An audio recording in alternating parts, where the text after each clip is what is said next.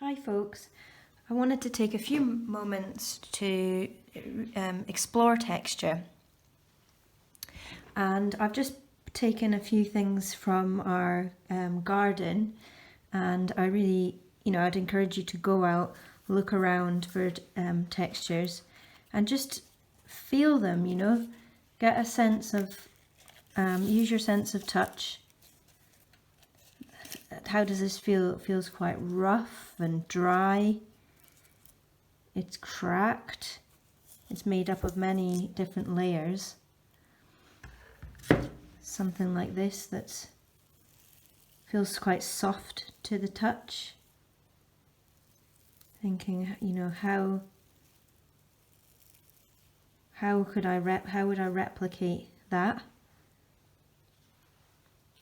This here leaves are wonderful, they've got that sort of the pattern work on there that we've talked about before. It's given it that texture, but this feels very velvety. What does that mean if you were to represent that in an art piece? Well, you have these, it's made up of these tiny little hairs. You probably can't see it on it, maybe you can.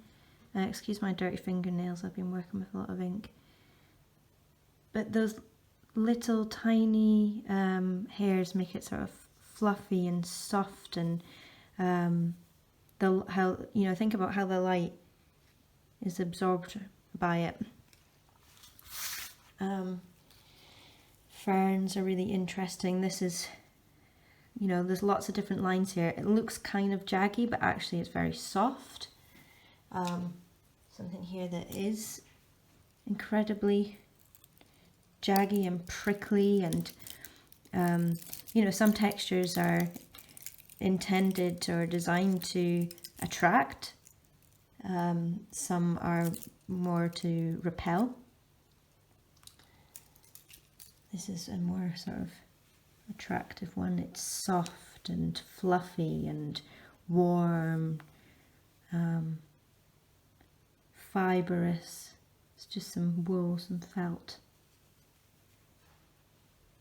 If you look at some man-made objects, this nail brush, for example, bristly texture with the wood grain, another texture.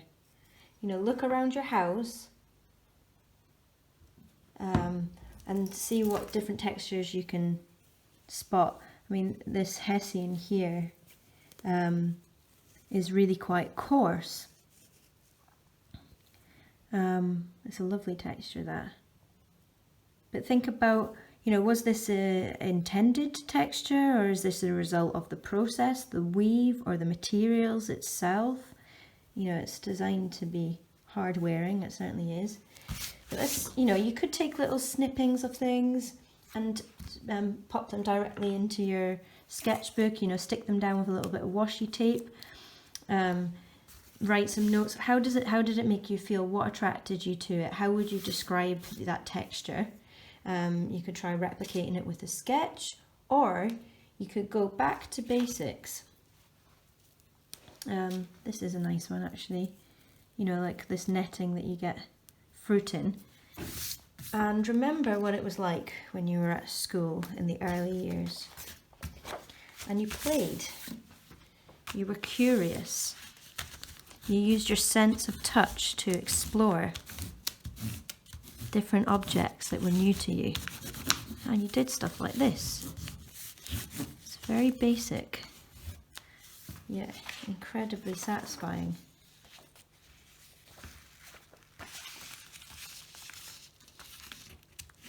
Try with a softer, that's it spread out a bit, with a softer pastel as opposed to a wax crayon here.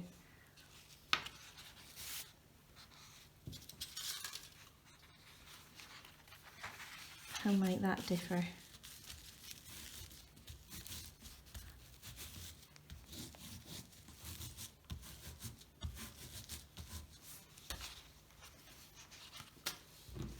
Got sandpaper that's very rough to the touch, scratchy. Some of you might not like that, sorry. Let's see.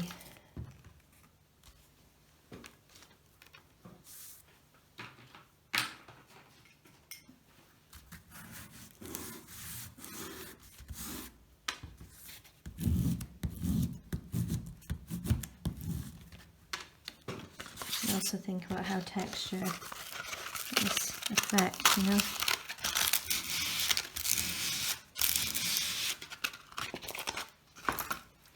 What about if you were to, I've got lying on the house, foil with its reflective, shiny, smooth feel to it. If you crumple it up, it becomes something quite different. The texture is quite rigid and hard, and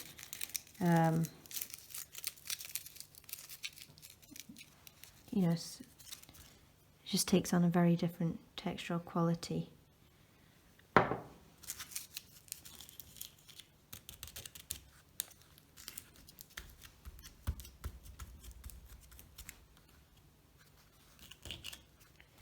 How does that translate if you use it as a tool? You get this sort of scratchy quality. Taking something also man-made but light and soft to the touch. The raised texture in a kind of pattern form gives a very, very different quality. That could work as a rubbing. Let's have a look.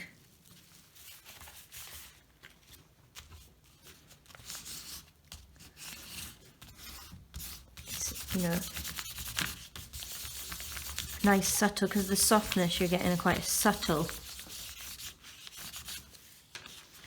pattern kind of coming through there. Let's try this with a little bit of ink.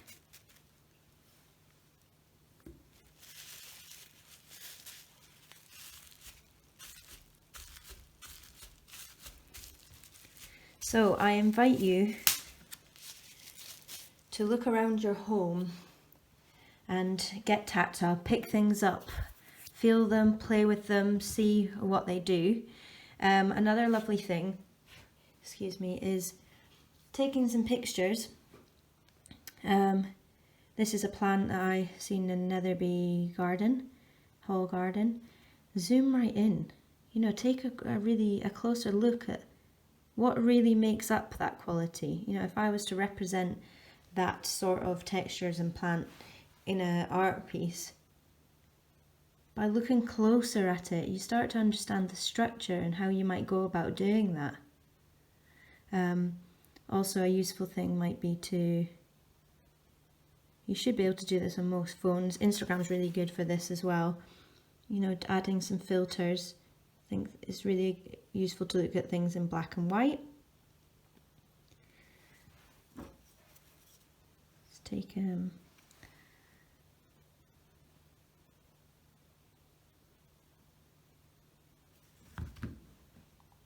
in on that.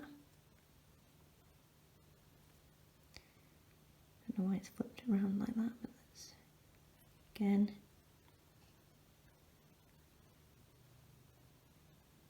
Just taking on a whole other quality. Perhaps you're going to look at the contrast, turn that up. It's really quite fascinating. But by zooming in, you get a better understanding of the textures. So have fun and see what you have lying around the house or out in your garden or on your next walk.